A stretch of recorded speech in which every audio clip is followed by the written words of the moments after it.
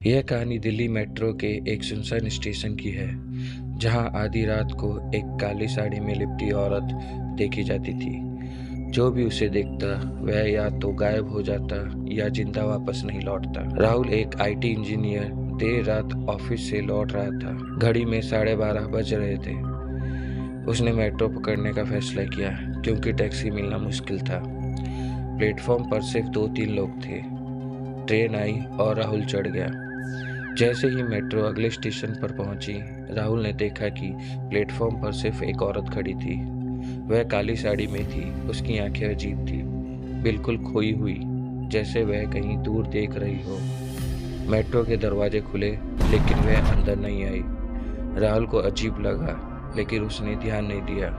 Metro फिर से चल पड़ी, पर तभी उसने खिड़की के शीशे में देखा, वही औरत अब उसके पीछे वाली सीट पर बैठी थी। राहुल के रोंगटे खड़े हो गए। उसने हिम्मत करके पीछे देखा, लेकिन वहां कोई नहीं था। उसका दिल तेजी से धड़कने लगा। फिर अचानक मेट्रो की लाइट झपकने लगी और एक ठंडी हवा चलने लगी।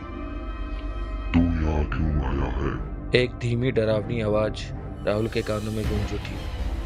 अब वह घबराकर मेट्रो से उतरने का इंतजार करने लगा। आखिरकार अगले स्टेशन पर दरवाजे खुले और राहुल तेजी से बाहर निकला। उसने राहत की सांस ली, लेकिन तभी पीछे से किसी ने उसका हाथ पकड़ लिया। वह घबराकर पलटा और देखता है कि वही काली साड़ी वाली औरत अब ठीक सामने खड़ी थी। उसके चेहरे से खून बह रहा था और उसकी आंखें अब कोयले जैसी काली हो चुकी थी। राहुल चीखने वाला था, लेकिन तभी मेट्रो की तेज सीटी बजी और वह औरत गायब हो गई। अगले दिन जब राहुल ने अपने दोस्तों से इस बारे में बात की, तो वह डर से कांप गया। तू बच गया, पर सबकी किस्मत इतनी अच्छी नहीं होती।